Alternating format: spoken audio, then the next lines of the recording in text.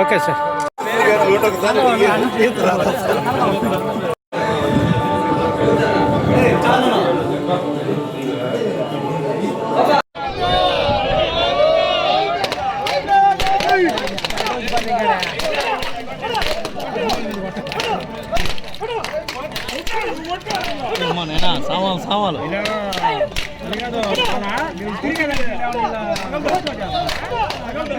ఈ 140 కోట్ల హిందూ మహా సమాజానికి క్షమాపణలు చెప్పాల్సింది పోయి మళ్ళీ నిన్నటి నుంచి మళ్ళీ ఫ్లెక్సీలు కట్టడం, మళ్ళీ దాంట్లో కల్తీ జరిగింది కదా అని మరి ఒక మాట్లాడుతానంటే ఇంతకన్నా దౌర్భాగ్యం ఇంకోటి కాదు.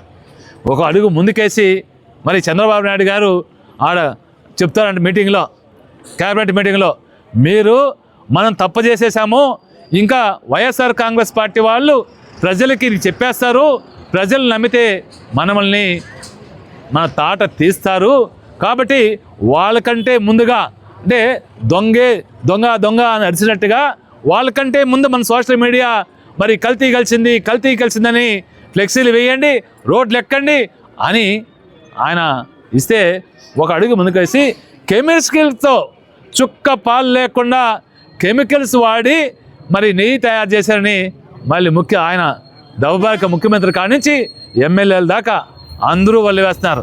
అసలు సాక్షాత్తు వెంకటేశ్వర స్వామి దర్శనాలను కూడా వ్యాపారం చేసుకున్నటువంటి వాళ్ళు ఈరోజు మాట్లాడుతున్నారంటే, వెంకటేశ్వర స్వామి ప్రసాదం గురించి మాట్లాడుతున్నారంటే, వెంకటేశ్వర స్వామి పవిత్రత గురించి మాట్లాడంటే, నిజంగా మీకు వెంకటేశ్వర స్వామి అన్న భక్తి కానీ భయం కానీ మరి మీకుంటే మరి మీరు చేసే చేష్టాలు ఈ తెలుగుదేశం ఎమ్మెల్యేలు మంత్రులు అందరూ కూడా ఒక్కరిని పక్కబెట్టలు, అందులో లెటర్లు అమ్ముకునే వాళ్ళే అబద్ధాలు చెప్పడం, మాట్లాడడం, అధికారాన్ని మరి పాలనని గాడికొదిలి మరి అభివృద్ధిని గాడికొదిలి చేతగాక చావ చచ్చి మరి దేవుణ్ణి కూడా రాజకీయాలకు వాడుకున్నారంటే ఇంతకన్నా దౌర్భాగ్యమైన ఉంటుంది.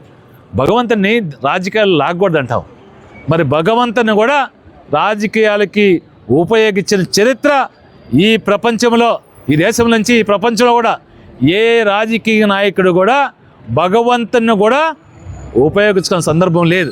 చంద్రబాబు నాయుడు గారికి అలవాటే నాయకులను వాడుకొని వదిలేస్తాడు, కుటుంబాలను వాడుకొని వదిలేస్తాడు, కుటుంబాలను పక్కన పెడతారు. తన అవసరానికి ఎంత మోసానికైనా, ఎవరిని మోసం చేసానికైనా, ఎలాంటి అబద్ధానికైనా తెగించే చంద్రబాబు నాయుడు గారు సాక్షాత్తు ఏడుగొండల వెంకటేశ్వర స్వామిని ప్రత్యక్ష దైవాన్ని కూడా వదిలిపెట్టకుండా మరి ఆరి ప్రసాదంలో కల్తీ జరిగిందని చెప్పి ప్రజల్ని ఇప్పుడు దాకా మోసం చేస్తే, నిజం నిగ్గు తేల్చిన తర్వాత కూడా బుకాయిస్తూ చేసిన తప్పుకి చెంపలు వేసుకొని మరి క్షమాపణలు చెప్పకుండా మరి చేస్తున్నారంటే ఇంతకన్నా దౌర్భాగ్యం ఉండదు.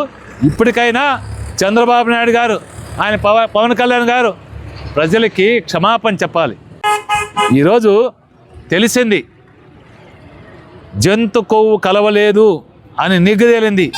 ప్రాయత్నం చేసుకోండి, పోండి, మళ్ళీ గుడ్లు అడగండి, దేడిగుండ్లు వాడి చెంతను చేరి పాదాలు చెంత చేరి చెంపలేసుకొని మరి క్షమాపణ కోరాలని మరి ఆ బుద్ధిని ఈ అభయానుగ్రహ వెంకటేశ్వర స్వామి, ఏడుగొండల వెంకటేశ్వర స్వామి మరి వాళ్ళకి ఆ బుద్ధిని కల్పించాలని కోరుకుంటాను. మరిన్ని న్యూస్ అప్డేట్ కోసం A3 న్యూస్ ఛానల్ని సబ్స్క్రైబ్ చేసి బెల్ ఐకాన్ను ప్రెస్ చేయండి.